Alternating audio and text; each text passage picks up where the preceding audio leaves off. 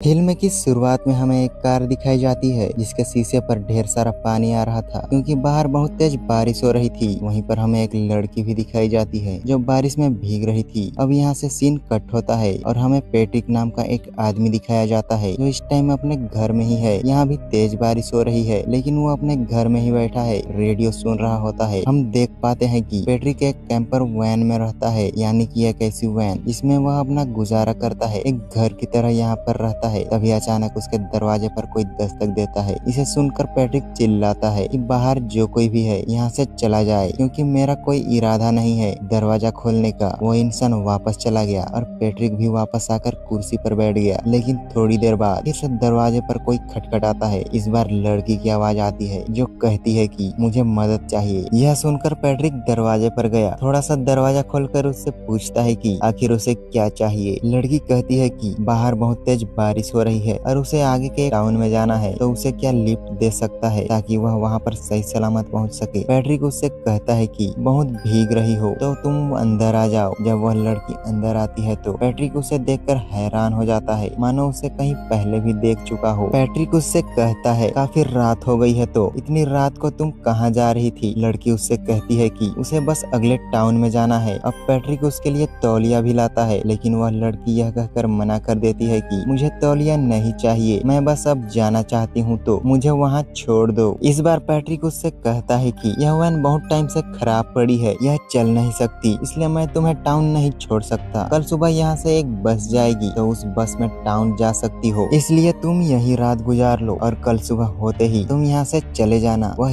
यह भी बताता है कि इस टाउन के बच्चे अक्सर परेशान करते हैं। वह दरवाजा खटखटा कर चले जाते हैं, इसलिए जब तुमने पहली दफा दरवाजा खटखटाया था तब मैंने भी यहाँ से तुम्हें जाने को कहा था क्योंकि मुझे लगा था कि शायद वह भी कोई बच्चा है जो मुझसे मजाक करने के लिए आया है। आगे वह कहता है कि तुम बहुत भीग गई हो, तुम ऐसा करो अपनी टी शर्ट उतार कर मुझे दे दो ताकि मैं उसे हीटर के पास रख दूं और वह सूख जाए। यह कहकर उसके सामने ही खड़ा हो जाता है और उससे ऐसा करने के लिए कहता है जैसा कि वो जबरदस्ती उससे करवाना चाहता हो, जिससे वह लड़की काफी डर जाती है। लेकिन वो फिर भी अपनी शर्ट उसे दे देती है और पैट्रिक उस शर्ट को दरवाजे पर लटका देता है हीटर के पास ताकि वह सूख जाए। इसके बाद पैट्रिक लड़की से कहता है कि वह यहाँ की तो नहीं लगती, तो वह कहाँ से आई है और उसका क्या मकसद है, कहाँ जा रही है। इस पर वह लड़की बताती है कि वह बीच पर सो रही थी, यानी समंदर के किनारे, लेकिन बारिश की वजह से मेरी नींद खुल गई, इसलिए मैं यहाँ पर आ गई तुमसे मदद मांगने के लिए। पैट्रिक यह सुनकर हैरान हो जाता है क्योंकि वो बीच तो बहुत ज्यादा दूर था और अगर बीच से यहाँ तक भाग कर आती तो काफी ज्यादा दूर का सफर तय करना पड़ता, यह नामुमकिन था। इसलिए वह समझ जाता है कि यह लड़की कहीं ना कहीं झूठ बोल रही है। लेकिन जब वह लड़की के पैरों पर देखता है तो वहाँ बीच की मिट्टी लगी हुई है, जिससे यह कंफ्यूज हो जाता है कि यह लड़की सच बोल रही है या झूठ। इसके बाद पैट्रिक उस लड़की को पीने के लिए ड्रिंक देता है लेकिन लड़की उससे कहती है कि उसे यह ड्रिंक नहीं पीना। वह उससे फोन मांगती है ताकि वह एक कॉल कर सके। पैट्रिक ने कहा कि यहाँ कोई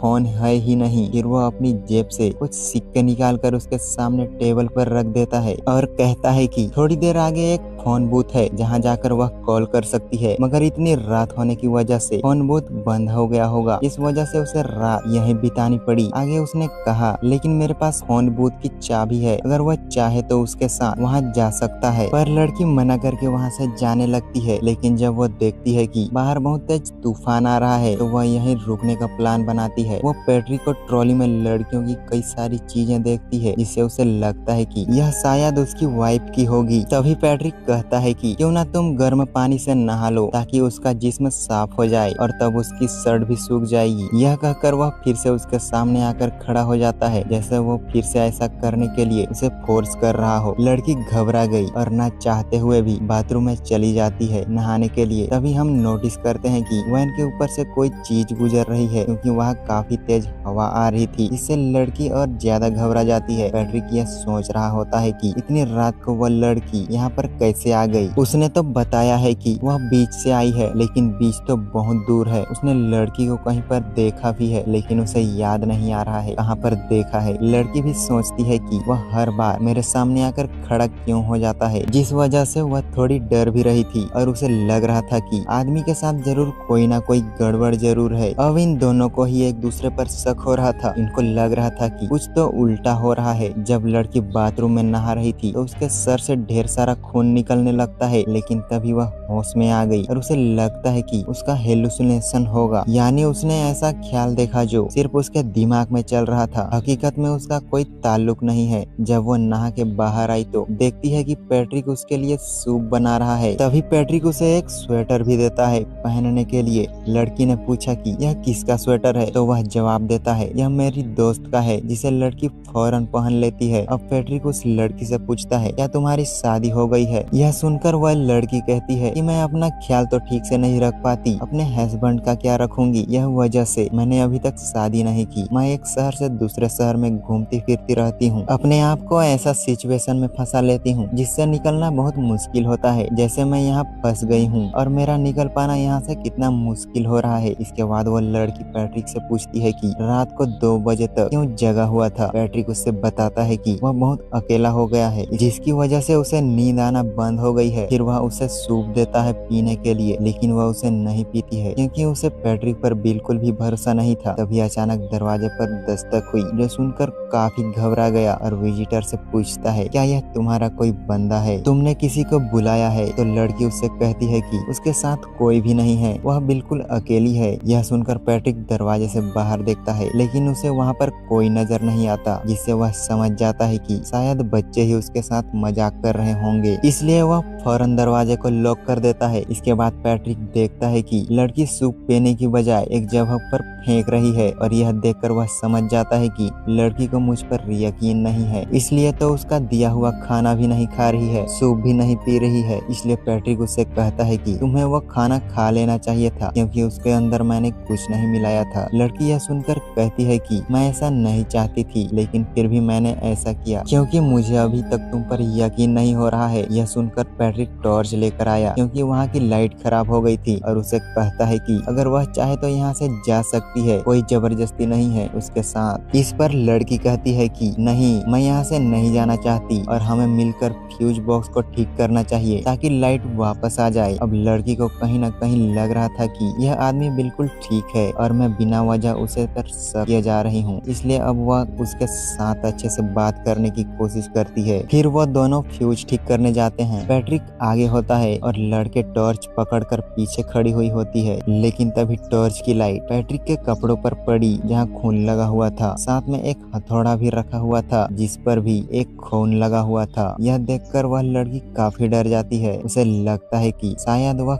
एक कातिल है, मगर उसकी पीठ पर लगी चोट को ठीक करने के लिए दवाइयाँ लेने जाती है। उसने जब मेडिसिन वाला बॉक्स देखा तो बॉक्स में बहुत सारे इयररिंग्स थी, जिनमें एक उसकी खुद की बीवी देखकर वह चौंक गई और उसे समझ नहीं आ रहा था कि आखिर यह क्या हो रहा है। वह फौरन बाहर आई, पैट्रिक से झगड़ा करती है कि आखिर तुमने मेरे इयररिंग्स क्यों चुराए। यह सुनकर पैट्रिक कहता है कि मैं तुम्हें पहली बार देख रहा हूँ, इसलिए तो हो ही नहीं सकता कि मैं तुम्हारी इयररिंग्स चुराऊं, उनमें से एक तुम्हारी हो ही नहीं सकती। लड़की काफी घबराई हुई थी और वहाँ से जाने को बोलती है। वह कहती है कि वैन का दरवाजा खोलो ताकि मैं यहाँ से जा सकूं। पैट्रिक कहता है कि दरवाजा पहले से ही खुला है, अगर जाना है तो फौरन निकल जाओ। वो कहता है तुम खुद यहाँ आई थी मदद मांगने के लिए और मैंने तुम्हारी मदद की भी, लेकिन अब तुमने ऐसा क्यों करके दिखा रही हो जिससे मैं गलत हूँ। आखिर मेरे पास ऐसे लोग क्यों आ जाते हैं मदद मांगने के लिए जो बाद में मुझे ही गलत कहते हैं। अच्छा हो कि तुम लोग मेरे पास आओ ही ना, क्योंकि अगर वो लोग मेरे पास आएंगे ही नहीं तो मैं मदद भी किसी की नहीं करूँगा। अब लड़की ने दरवाजा खोला तो देखा कि बाहर तो बहुत तेज तूफान आ रहा है, इसलिए वह फैसला करती है कि मैं यहीं पर रुकूंगी। वो पैट्रिक से यह कहकर माफी मांगती है कि आई एम सॉरी, मैं तुम्हारे साथ ऐसा बर्ताव नहीं करना चाहिए था। पैट्रिक ने उसे माफ कर दिया और वहाँ उसके साथ ताश खेलने लगा। कहता है कि मेरी शादी हो चुकी है, लेकिन मेरी वाइफ नशा करती थी, एक दिन ज्यादा लेने की वजह से उसकी मौत हो गई। आगे उसने कहा कि मेरी वाइफ से मेरी पहली मुलाकात एक गैस स्टेशन पर हुई। उसने भी मदद मांगी थी क्योंकि उसे भूख लग रही थी, तो मैंने उसे चिप्स के पैकेट दिलाकर वहाँ पहली बार ही हमें एक दूसरे से प्यार हो गया और हमने शादी कर ली। यह बातें सुनकर लड़की को उस पर यकीन हो गया और इस बात पर ड्रिंक पी लेती है। तभी पैट्रिक को बाहर से किसी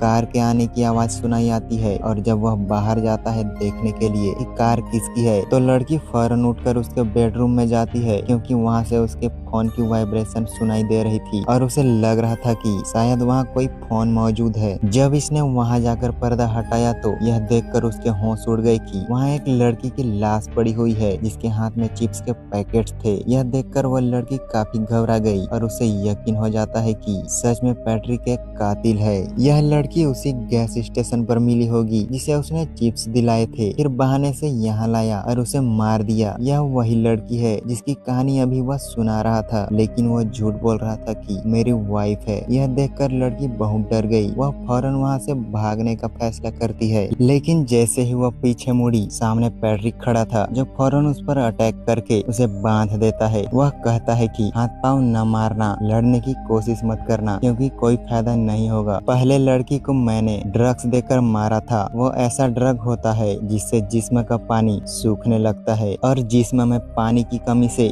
गला सूख जाता है और इंसान की मौत हो जाती है। तुम्हारी मौत भी ऐसे ही होने वाली है क्योंकि तुम्हारे ड्रिंक में भी मैंने वही ड्रग मिला दिया है। वो भी सारा का सारा। ऐसा हुआ भी। लड़की को अजीब सा महसूस होने लगा और उसका गला सूख जाता है, जिसके कुछ देर बाद उसकी मौत हो जाती है।